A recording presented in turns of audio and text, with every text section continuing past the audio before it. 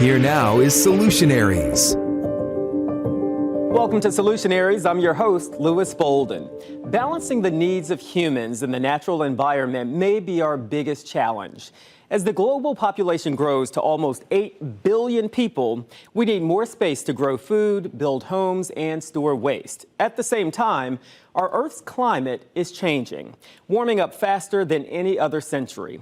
On this show, we don't just talk about issues, we get to the heart of a problem and find those bringing forward solutions. So let's look at different ways we can conserve precious resources and build a better future for us and generations to come.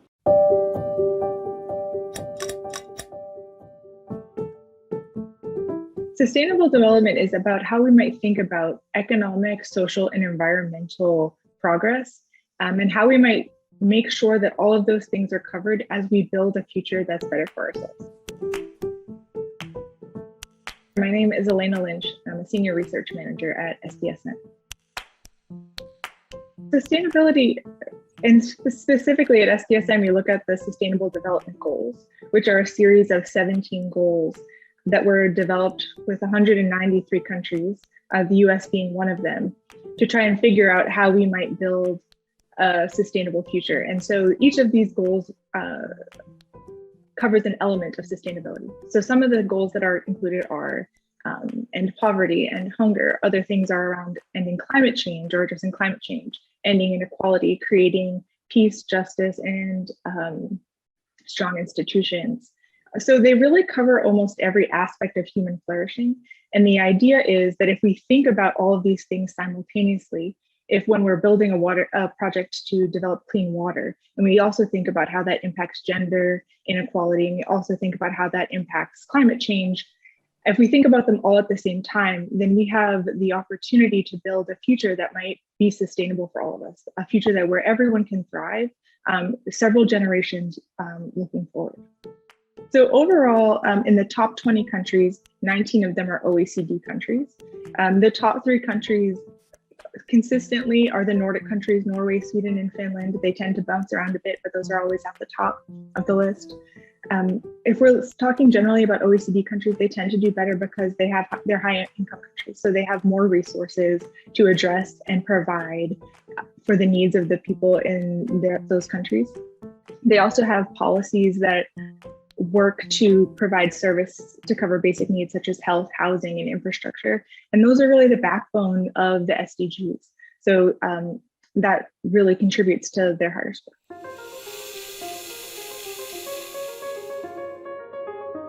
Housing is part of Goal 11, which is sustainable cities, but also plays a role in so many other SDGs.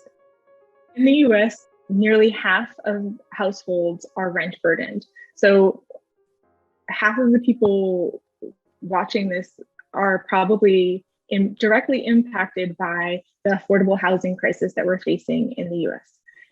And this has implications across all sorts of areas, so that it has implications for students going to school.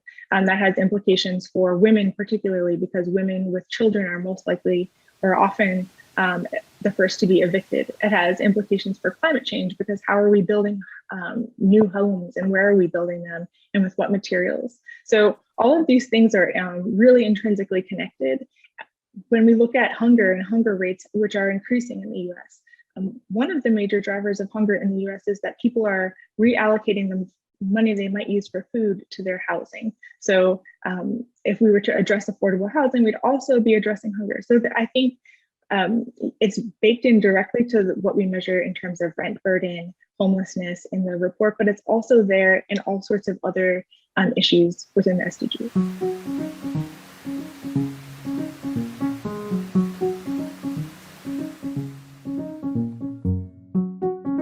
In terms of what we all can do, I think when we're thinking about how we approach this problem, it's good to think about the context and how we got to this problem.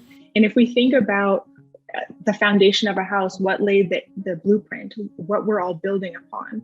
The United States was built upon displacing people from their land so they could build homes for other people. So the foundation of the US, the displacement of and genocide of indigenous peoples created the conditions where some people had homes and some people didn't.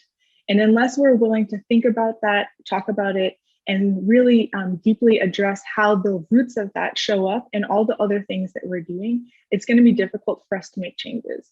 That being said, there are so many people and groups that are trying to address this. I'm thinking about a land trust in California, where people pay a tax or a small portion of their income every month to help create land that's communal land. I'm thinking of tenant co-ops where tenants are working together to think about how they might use collective power to have more reasonable rent. I'm thinking about workers' co-ops where workers are working together to think about how they might raise their own wages and make a livable wage so they can afford to work and to live. If I could ask everybody in the world to do something, it would be to join a group. What we're going to have to do to build a sustainable world is work together, and we need to start practicing. So it really doesn't matter if it's your hockey team or a sewing circle or the homeroom group. It really doesn't matter, but what we really need to do is practice being together and working on solutions together. And so I would just suggest that whatever that means for you, find a group you can be part of and start showing up to it. Fresh water, it's one of our most valuable resources, and yet a lot of it goes to waste.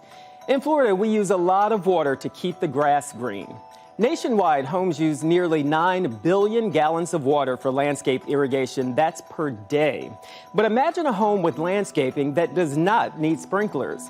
It turns out one of Central Florida's biggest developers is bringing that idea to life, helping people like you save water and money.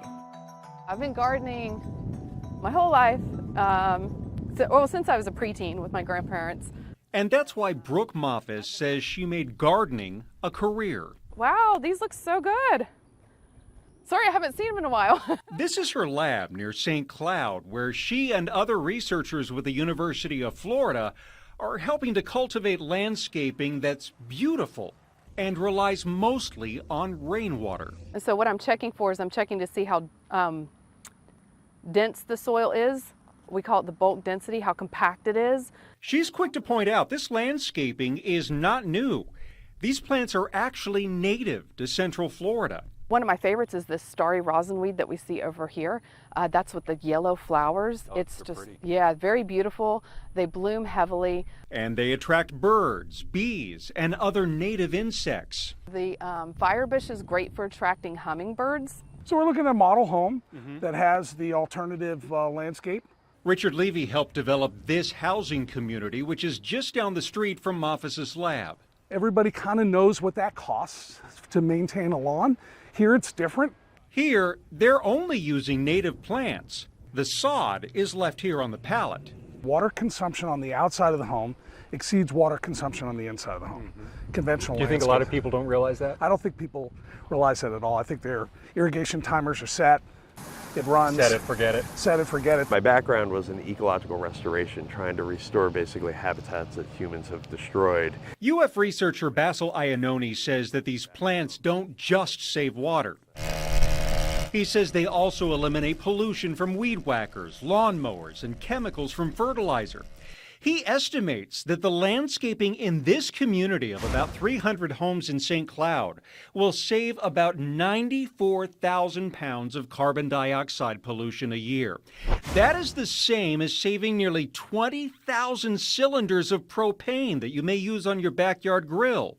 And with thousands of new people calling Central Florida home each month, he is hoping more natural landscaping will help get results for the environment. We're incorporating nature into a home landscape. And if enough people do it, our home landscapes and our communities could function almost as a state park. It makes me happy. It makes me happy to know that my research is actually having a real world impact. Researchers say anyone can transform their landscape with these native Central Florida plants. In fact, more big box garden centers are carrying these plants, but you need to know what to look out for. Correspondent Eric Sandoval made a list of recommendations for this story on clickorlando.com. Still ahead, two very different solutions to one problem: removing carbon from our atmosphere. We'll be right back.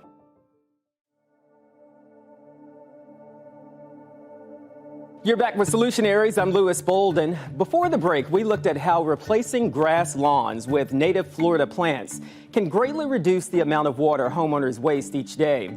These plants not only use less water and help pollinators, they also absorb more carbon dioxide.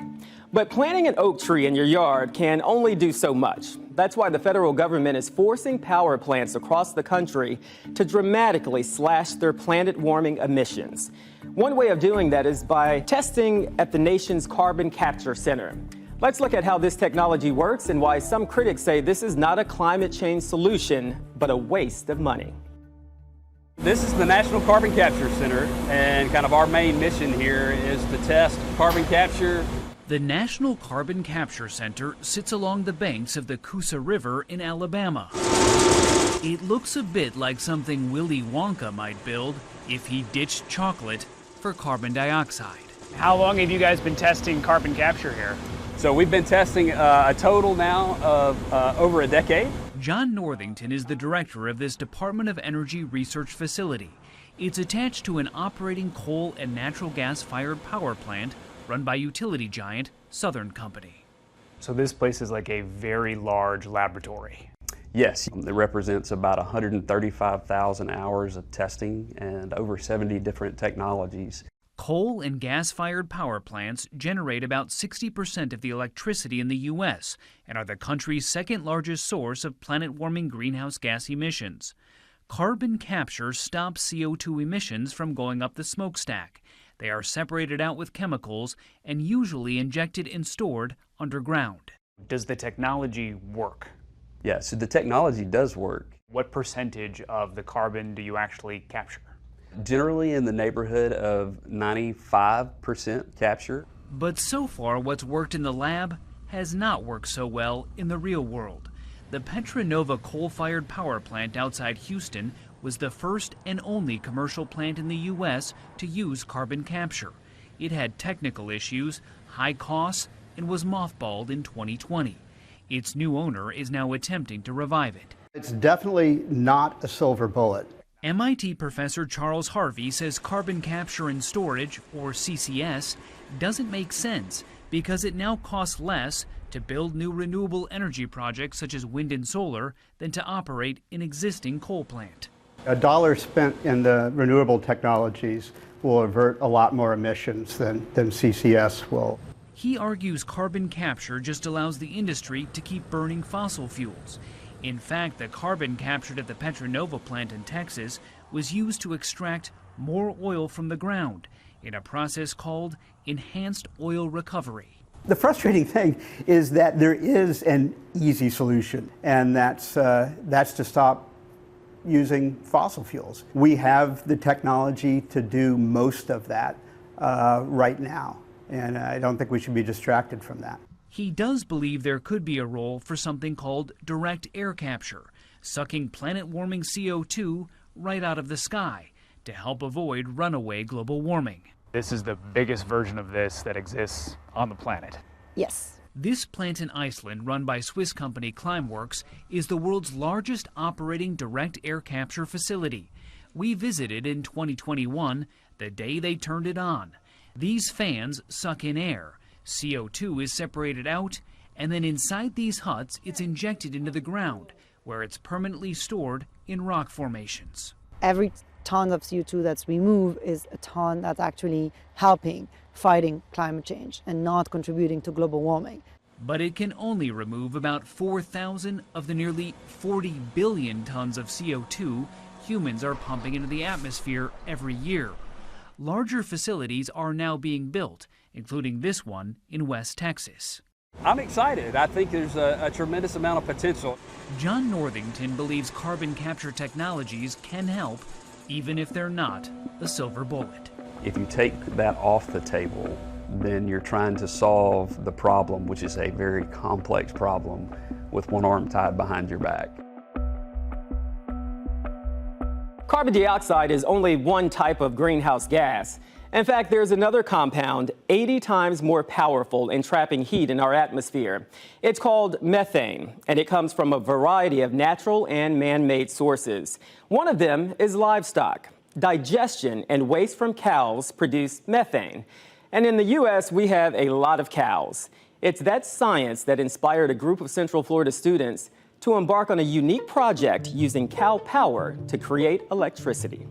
It lifts up the oil platform right there to get the oil units out of there, but it doesn't work every time. It's all about trial and error for the robotics team here at Modern Minds Academy in Ormond Beach, using engineering to design a robot, then coding it to perform specific tasks. When it all comes together, we get 20 points for that. Ethan Strode is just 12 years old, working on the robotics project with his teammates, preparing to travel to North Florida for a state robotics competition. Their uniforms a bit odd, each member dressing in cow suits. But it all has to do with their project, finding a unique way to harness energy, using cow farts. Yeah, you heard me right. We were jokingly talking about cow farts as a energy source for the future. At first I was like, no, that is like, we're gonna be the laughing stock. But really it has become something that could be possible. All the cows on Earth could potentially power 300 million homes. STEM educator Morgan Phillips overseeing the robotics team. The students doing all the research, consulting farmers and energy experts, and coming up with their award-winning robot design that earned them a spot in the state competition. The dome-like farm that they have created will capture the methane through a selective membrane just by the cows doing their daily business, walking around, the manure counts, their flatulence and their belches count. 9 students ranging from 4th to 8th graders bringing the concept to life. They've built it in Minecraft, they've built it out of Legos. Their Minecraft build is very detailed and intricate. Here's the tube where the methane is transferred from the farm to the converter. This is where the conversion process takes place. Here's the gas turbine. It sucks in methane and carbon dioxide and heats it up. This is the generator. This is where the heat is converted to electricity. Next, it is sent out to the homes and buildings to power them. Phillips saying it takes perseverance for this team to succeed, a skill that will help these students well into the future. It takes, first off, time to build that, and second, the amount of work and confidence that they have at the end of the season is just beyond what you can do in the general classroom. The idea of using livestock as a solution to the energy crisis is more than just a classroom science project. A company in England is already putting this science to work. 7-year-old James is the future of his family farm, and he's also shoveling the farm's future. It is a form of liquid gold, isn't it? Because you can't do much without slurry. It's an incredible form of fertilizer. That slurry, or liquid cow patties, are powering this English farm. The power of poo. Cow waste gives off harmful methane. Instead of leaking it into the atmosphere, it's captured and turned into fuel. Cornwall company Benneman created the system to capture and process the gas. The bottom layer is the dirty gas, the upper layer is the processed gas. That's correct, yeah. How much gas can you produce in a day? In a day we can produce half a ton. That's enough to run this New Holland tractor for about a week. Well, we call it the T6180 methane power, but my children call it the cow fart tractor. Scientists estimate livestock are responsible for 14% of global greenhouse gas emissions. Dairy and cows have been sort of demonized for destroying the ozone layer, and that's absolutely wrong, because in fact what we're doing here is we're promoting dairy as a way of reducing fossil fuel usage. The next step is developing a methane-powered generator to take the farm completely off the grid. Milking, lights, the whole bang, like it'll all be run off poo. And you have a new appreciation for the poo too? Yes, I do. Before, when you're in here cursing it and moving it around, now you still curse a little bit, but you just think of the greater good, don't you? Because it's doing amazing things. The stench of going green never smelled so good. Renewable energy solutions is a big topic and something we've tackled on this show before. Check out the Solutionaries YouTube channel where you can watch more videos anywhere you go. Like this one about how some cities are harnessing the heat by planting trees on top of buildings. And if you want to watch on the big screen, just download the new 6 Plus app for your smart TV. It's a platform for all of our podcasts to watch on demand anytime you want. Solutionaries is back next week. I'm Louis Bolden.